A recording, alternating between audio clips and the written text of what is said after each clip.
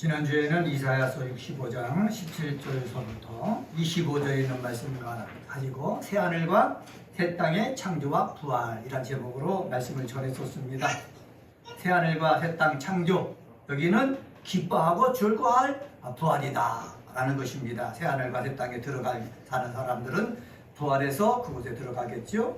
그리고 사고와 질병과 죽음에서 자유로운 부활이다 라는 말씀을 드렸고, 헛된과 재난이 없는 부활이다 라는 말씀을 드렸습니다. 이런 놀라운 은혜를 우리 은혜가 꼽히는 교회 그리스도인이 나중에 우리가 죽어서 부활해가지고 새하늘과 새 땅에 들어가서 함께 얼굴을 마주보며 누리는 복된 역사가 있게 되어지기를 주의 이름으로 간절히 축원합니다. 오늘은 부활절 두 번째 주일입니다. 이 부활절 두 번째 주일에 우리는 요한계시록 1장에 있는 말씀을 묵상합니다.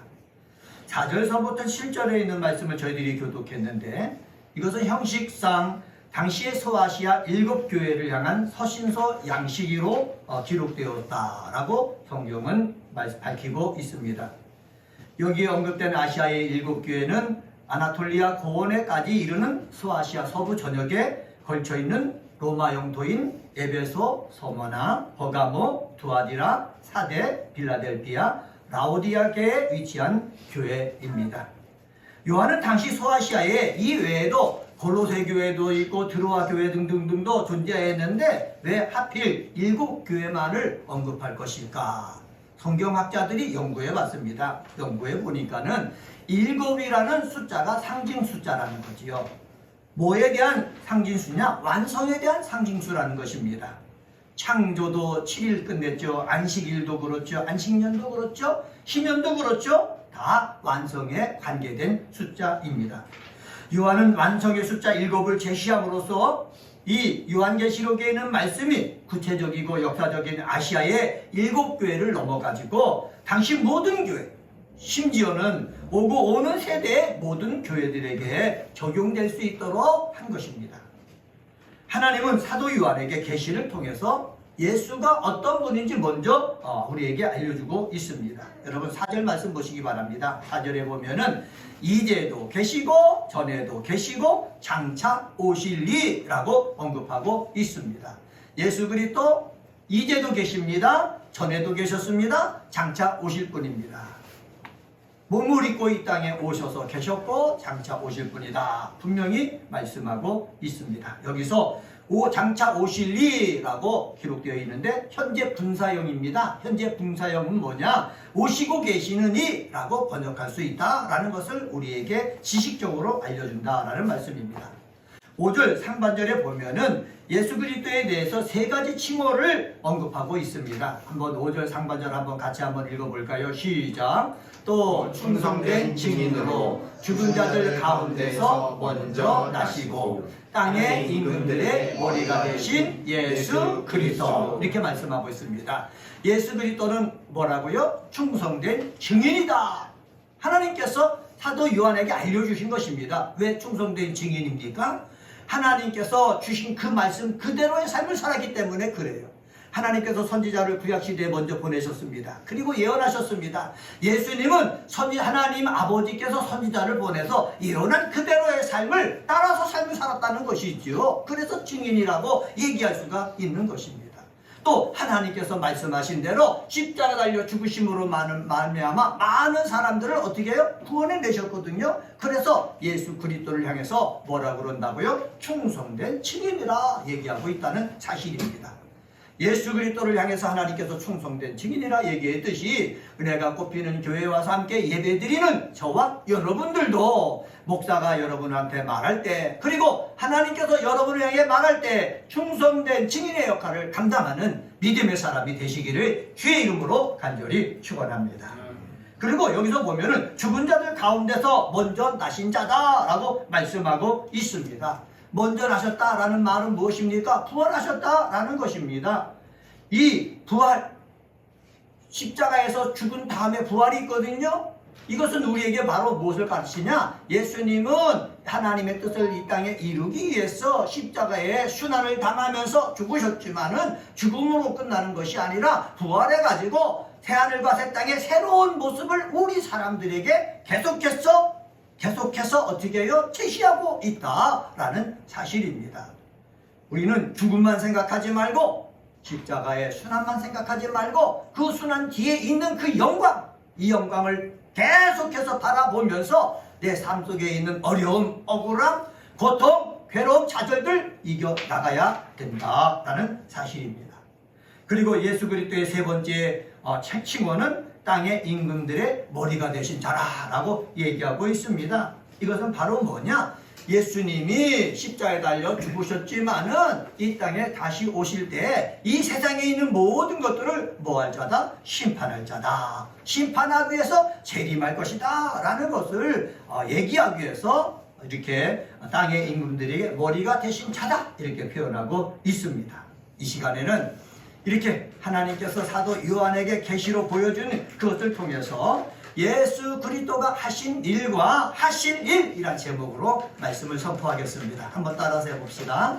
예수 그리스도가 하신 일과 하실 일.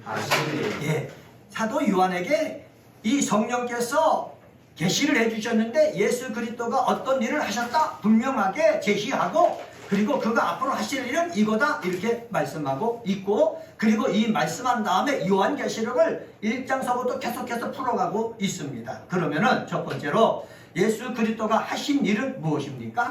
5절 말씀해 보면은 우리를 위하여 우리 죄에서 해방시키셨습니다. 한번 따라서 해봅시다. 우리를 위하여 우리 죄에서 해방시키셨다. 네, 우리를 위하여 우리 죄를 위해서 해방시키셨다라고 말씀하고 있습니다. 5절 한번 봅시다. 5절 하반절 말씀에 보면은 이렇게 말씀하고 있습니다. 5절 우리를 사랑하사서부터 읽겠습니다. 시작. 우리를 사랑하사 그의 피로 우리 죄에서 우리를 해방하시고.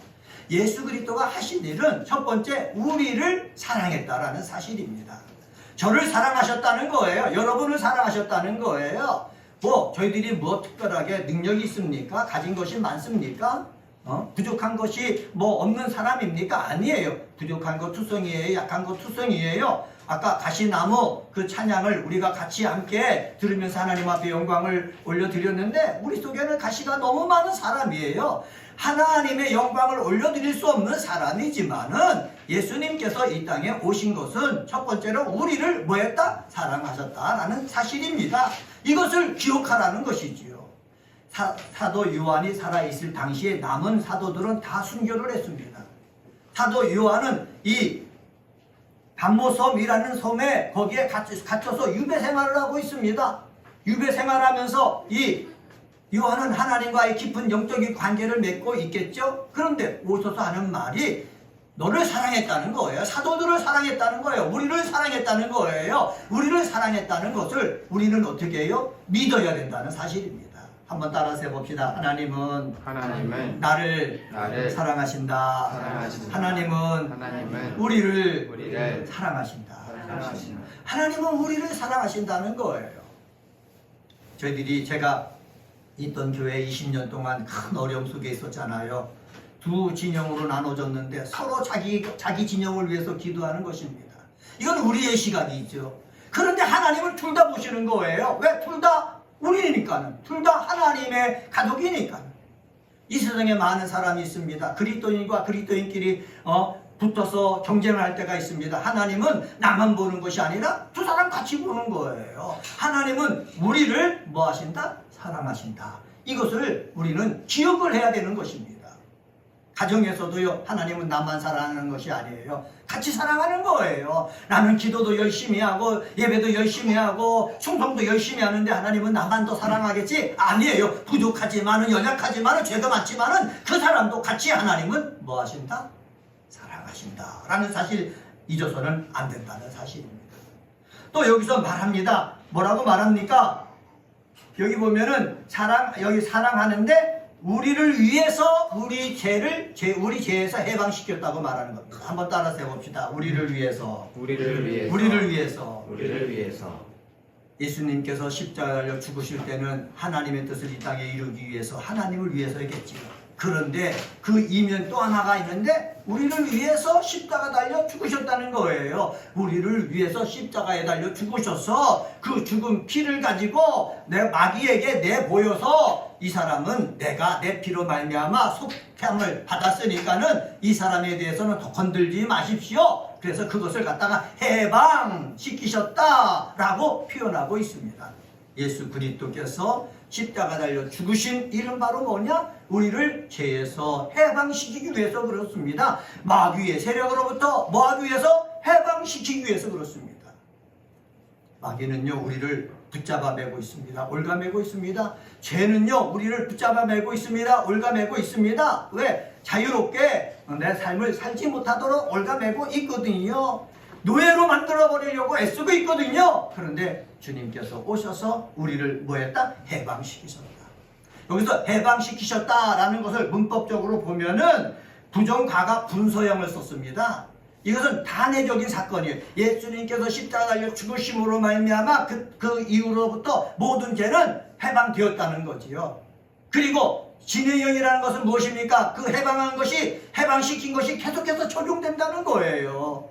예수님의 십자가의 죽음으로 말미암아 나를 어떻게 해방시키고 계속해서 해방시켜 나가신다 말씀했으니 우리는 이 험한 세상 삶을 살면서 하나님은 나를 사랑하고 계신다라는 것과 하나님은 나를 해방시키셨다, 자유롭게 하셨다, 이것을 주장하면서 사는 믿음의 사람이 되시기를 주의 이름으로 간절히 부탁을 드립니다.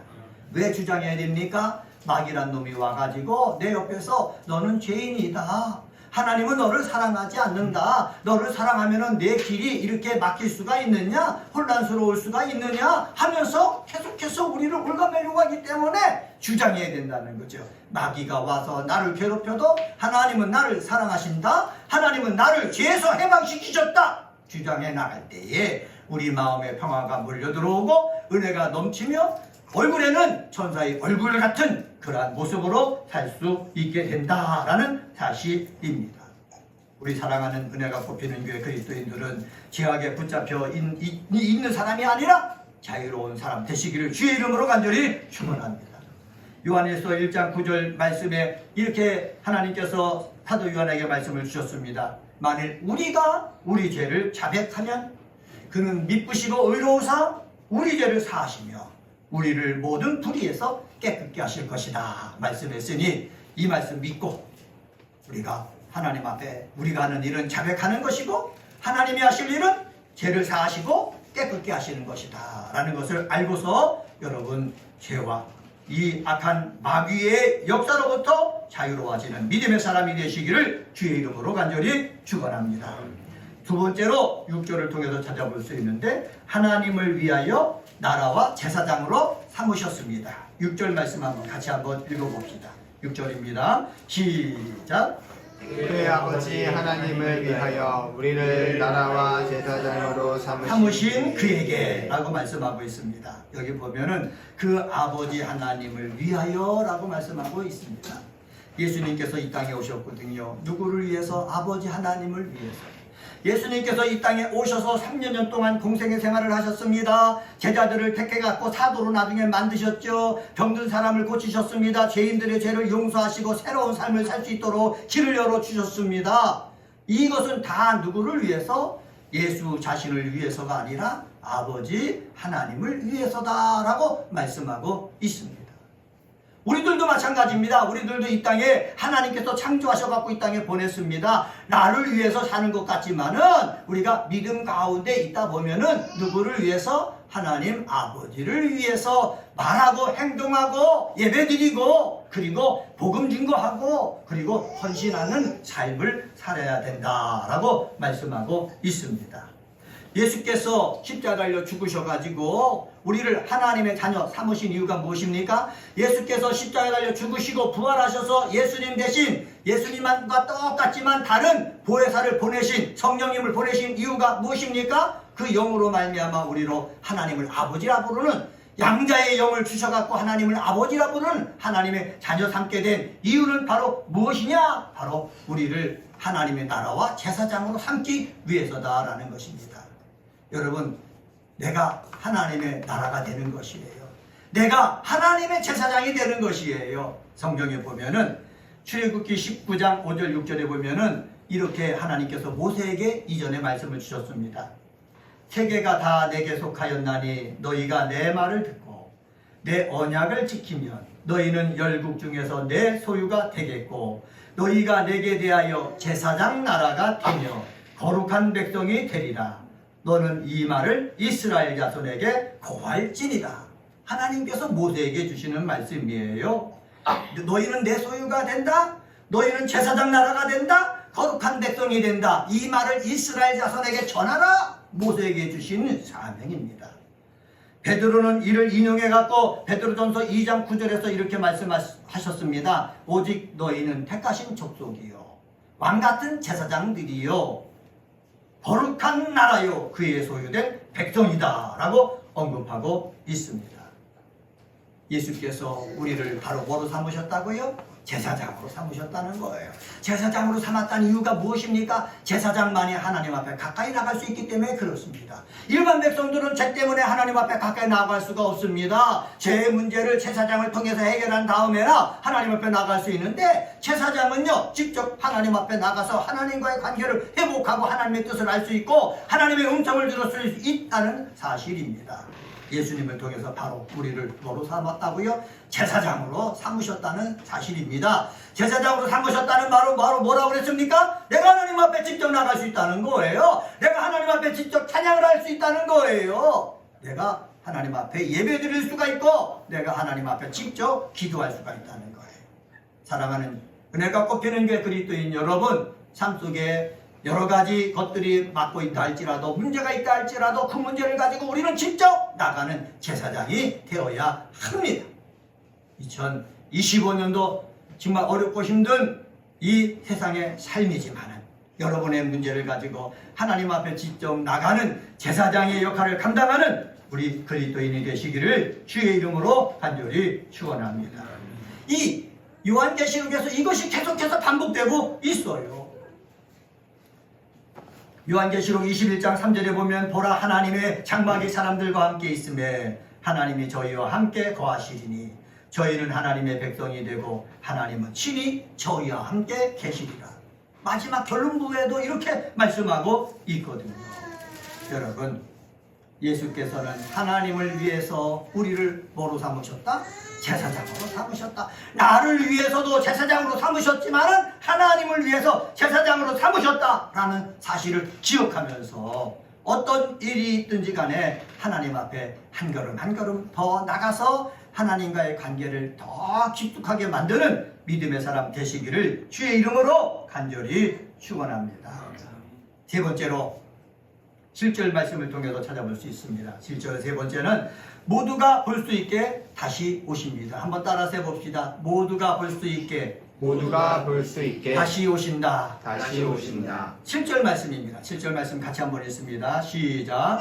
볼지어다 그가 구름을 타고 오시리라. 각 사람의 눈이 그를 보겠고 그를 찌른 자들도 볼 것이요 땅에 있는 모든 족속이 그로 말미암아 애복하리니 그러하리라. 아멘. 우리 주님은요 모두가 볼 수 있게 오신다는 거예요. 이것을 우리는 잊지 말아야 되는 거예요. 사이비 종교들이 많이 나타나죠. 이단 종교가 많이 나타나죠. 그들의 특징이 무엇입니까? 자기만 본다는 거예요. 자기들만 자기에게 속하여야만 예수 그리스도가 오셨을 때 구원받는다는 거예요. 여러분, 옛날에 전도관이라는 곳이 있었거든요. 그들도요 자기들이 모여 있는 곳에 와야지 모든 재산을 정리하고 와야지 나중에 심판이 임할 때 구원받는다는 거예요. 그래서 신앙촌이라는 곳이 생겨나는 거예요. 전도관만 그렇습니까? 요새 신천지가 있죠. 신천지가 뭐라 그럽니까? 14만 4천 명의 사람이 채워지면은 우리가 모두 다 하나님의 사람이 되어가지고 들림받는다 이렇게 얘기하고 있습니다. 여러분, 주님이 오실 때 이 세계에 있는 모든 사람이 보게 오신다고 했지 신천지 사람들만 보게 오신다고 했습니까? 그렇지 않은 거예요. 주님이 올 때는요, 한국에 있는 사람도 주님이 오심을 보고, 미국에 있는 사람도 주님의 오심을 보고, 저기 필리핀에 있는 사람도 주님의 오심을 보고, 인도네시아에 있는 사람들도 주님의 오심을 본다는 거예요. 이걸 잊지 마시길 바랍니다. 주님이 오실 때는요, 영국서부터 저 남아메리카까지 모든 사람이 주님의 오심을 뭐한다? 본다라는 사실입니다. 이것을 사도 요한을 통해서 공개적으로 얘기한 거예요. 왜냐하면은 이 문제 가지고 이단이 너무 많이 생기기 때문에 그래요. 잘못된 것을 가지고요, 괴롭히는 그러한 나쁜 사람들이 많기 때문에 그래요. 제가 이전에 고덕동에 다녔을 때 어떤 집사님 부부가 안 보이더라고요. 근데 한참 만에 나타나는 거예요. 그래서 물어봤지요. 물어봤더니 종말론에 빠져가지고 주님이 충청북도 어디 부근으로 오신다고 그래가지고 자녀들은 학교도 그만두고 집도 다 정리하고 다 팔아서 거기다 바치고 그곳에 갔는데 주님이 오시지 않는 거예요. 그 시간적 종말론 외친 사람이 있지 않습니까? 오시지 않았는데 한참 지난 다음에 다시 오신 거예요. 갔더니요, 아들은요 학교 다니는 거 그만두었는데 다시 다니려니까 얼마나 힘들어요. 직장 그만두었는데 직장 구하기가 얼마나 힘들어요.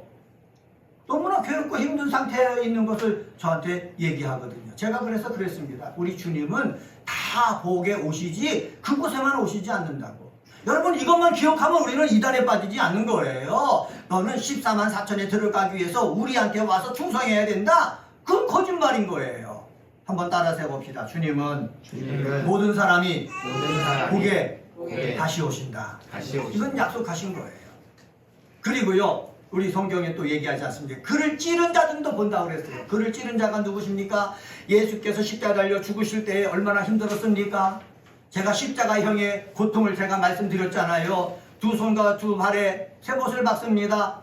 쇠못을 받고 힘을 주고 있으면 숨을 쉴 수가 있어요. 근데 힘이 빠지면 손이 처지잖아요. 다리가 처지잖아요. 그러면 횡격막이 올라가가지고 어떻게 내려가가지고 숨을 못 쉬는 거예요. 숨을 쉬려면 다시 횡격막을 들어 올려야 되거든요. 올리기 위해서는 손목에 힘을 주고 발목에 힘을 줘야 되는 거예요. 그래서 숨을 잠시 쉬다가 또 힘이 빠지면 축 늘어지면 또 힘을 못 쓰는 거예요. 그렇게 하다가 나중에 들어 올리지 못했을 때 숨 막혀서 죽는 게 십자가형이에요. 그래서 예수님이 날이 어두워지니까는 예수님이 죽었는지 안 죽었는지 확인해보자. 안 죽었으면은 다리를 어떻게 해? 뼈를 부러뜨리는 거예요. 왜? 못 올리게. 그런데 예수님이 죽었나 안 죽었나 보니까는 죽으셨거든요. 그래서 다리의 뼈를 부러뜨릴 필요가 없는 거예요. 그랬더니 거기에 있는 지휘관이 뭐랍니까? 그러면 창으로 창자를 찔러라. 옆구리를 찔러라. 옆구리를 찔렸더니 물이 쫙 쏟아지고 피가 쫙 쏟아졌다지 않습니까? 그 예수님의 뭐예요? 죽으실 때 그 찌른 자가 있다는 거예요. 그 찌른 자도 볼 것이라는 거예요. 그 찌른 자는 그 사람만 얘기합니까?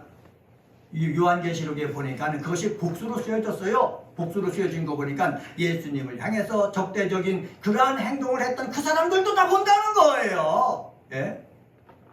우리는요, 찌른 자의 대열에 속하지 아니하고 예수님을 앞에 예수님을 가까이 하고 예수 이름으로 기도하고 예수 이름으로 하나님 앞에 찬양도 돌리고 영광도 돌리는 그러한 믿음의 사람이라는 거지요. 이것이 우리에게 큰 복인 줄 믿습니다.